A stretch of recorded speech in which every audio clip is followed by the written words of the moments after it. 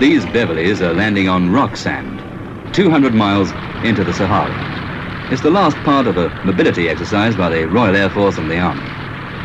The RAF's job was to get the troops from the UK into the middle of nowhere at double quick time.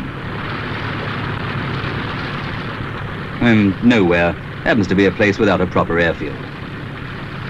In case you think that a troop movement on this scale is as simple as booking a railway excursion, come and look at the airfield where I'm based, El-Adem in Libya.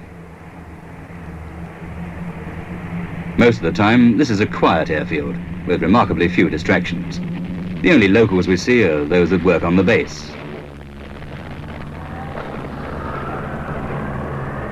Although we're miles from anywhere, we still keep guard dogs to make sure that no one runs off with the inanimate piles of stores dotted around, or our one aircraft hangar, which provides the only break in a skyline that's flat, brown, and hot.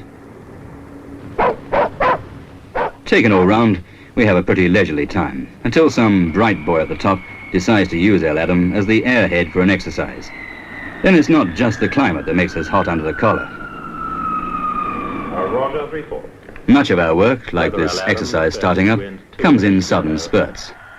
As a staging and diversion field, we have the job of servicing the aircraft doing the regular runs. They come and go like clockwork. But when there's an exercise on, the whole sky is filled with aircraft like a swarm of locusts, and for a week or so, we're transformed from a desert oasis into the busiest airport in Africa.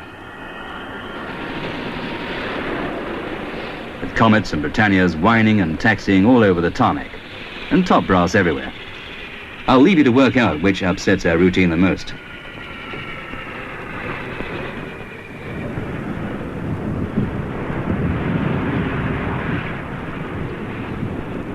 And the troops. Believe me, when the troops arrive in a Comet or Britannia aircraft, they really arrive. These airliners carry about 120 fully equipped soldiers each, so by the time that 5 of them have landed, there's a whole battalion on your doorstep, standing around, waiting to be told what to do. And they don't come empty-handed. Each man carries about 120 pounds of gear. When the army moves, it moves. None of this overnight case lark.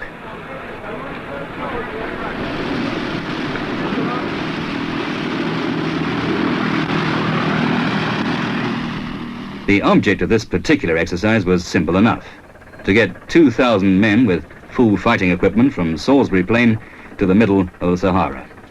In troopships, it used to take 8 stuffy, uncomfortable days to get to Tobruk. It takes 4 hours by jet. Lifts like this are done in 2 stages. The fastest planes possible bring them out to a staging post like El-Adem. The heavy equipment, vehicles and guns, are ferried out by cargo planes like Beverleys or Argosies, which also do the short final hop into the exercise area carrying the men. There may be anything up to 50 Transport Command aircraft involved, 2,000 soldiers, and all the fighting gear for a couple of battalions. That'll give you some idea of the problems that can come with an airlift like this. And this is only part of the Transport Command role. The planes head straight back to the UK to take families out to Singapore tomorrow.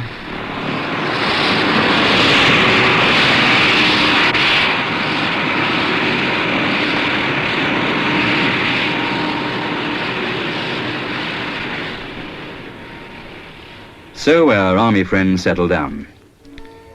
Not only have they brought their own accommodation, they've even come with their own amusements, which is just as well, because El-Adem isn't exactly Piccadilly Circus.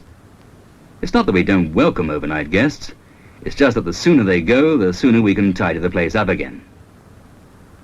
But luckily, we can always rely on the army to feed itself. Our station cookhouse can do wonders when there are only 100 permanent staff to feed, but 2,000 extra will be enough to drive any cooks berserk.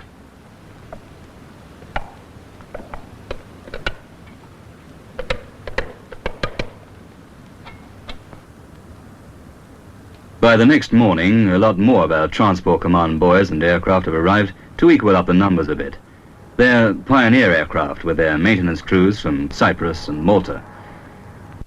These flying taxis will be the first ones in on the desert strip to get everything ready for the others, and they'll be doing a shuttle service after that.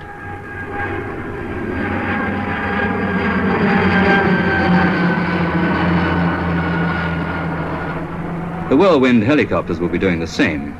El-Adem, like the other staging posts around the world, has to have the capacity to deal with all this sudden traffic. And as we're getting used to these new arrivals, the freighters from the UK continue to come in a constant stream, bringing the heavy equipment for the army. We have no traffic reported west of El-Adem at this time.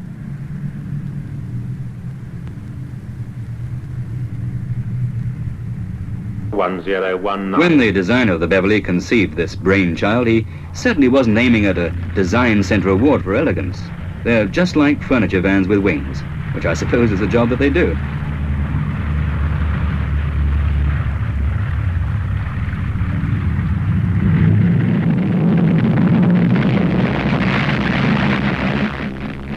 Things are hotting up now. As the final Beverley taxis in, pilots go out to the Pioneers to get them moving down country.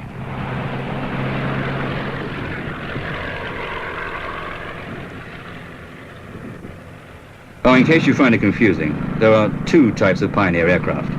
A single-engine economy size and a twin-engine family pack. They can both get in and out of the most inaccessible places. For them, a runway is a luxury, not a necessity.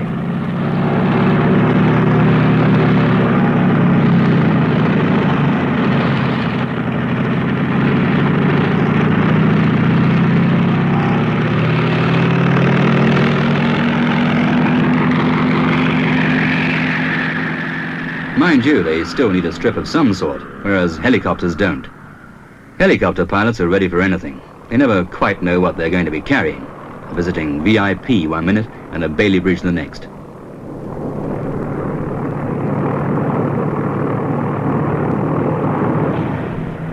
The Beverley crews obviously intend to be comfortable overnight.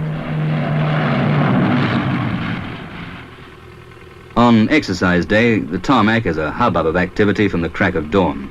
Fueling up, loading, final servicing, and briefings. And with the amount of fuel that an operation like this takes, Transport Command pilots have suggested that we might give trading stamps with it. For 2 days now, our peaceful airfield in the middle of the desert has been like an overgrown Charing Cross with an endless queue of global commuters. And exercise day is all rush hour.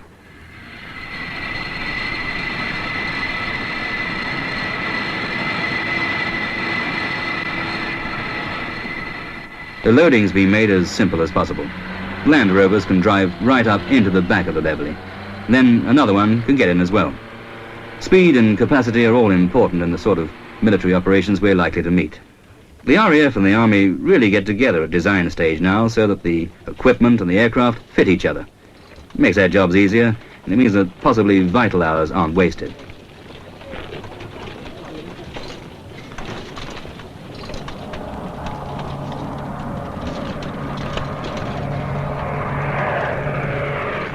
When the equipment is all safely stored in the belly of the aircraft, the troops find that there's still plenty of room on top. The hole they're going into is the one that parachutists normally come out of.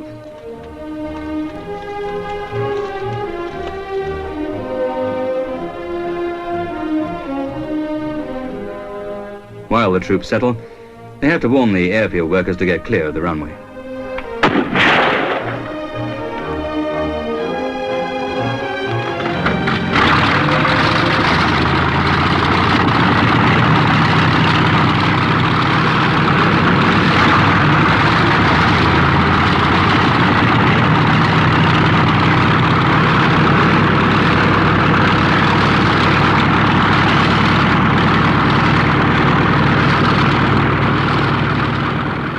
In about an hour's time, these troops will be in the desert and going into their part of the exercise. We'll be continuing to airdrop supplies to them, give them air support, and bring out their supposed casualties. You have to keep up with the language of war. We used to have bridgeheads, then beachheads. Now it's airheads, of which El-Adem is just one.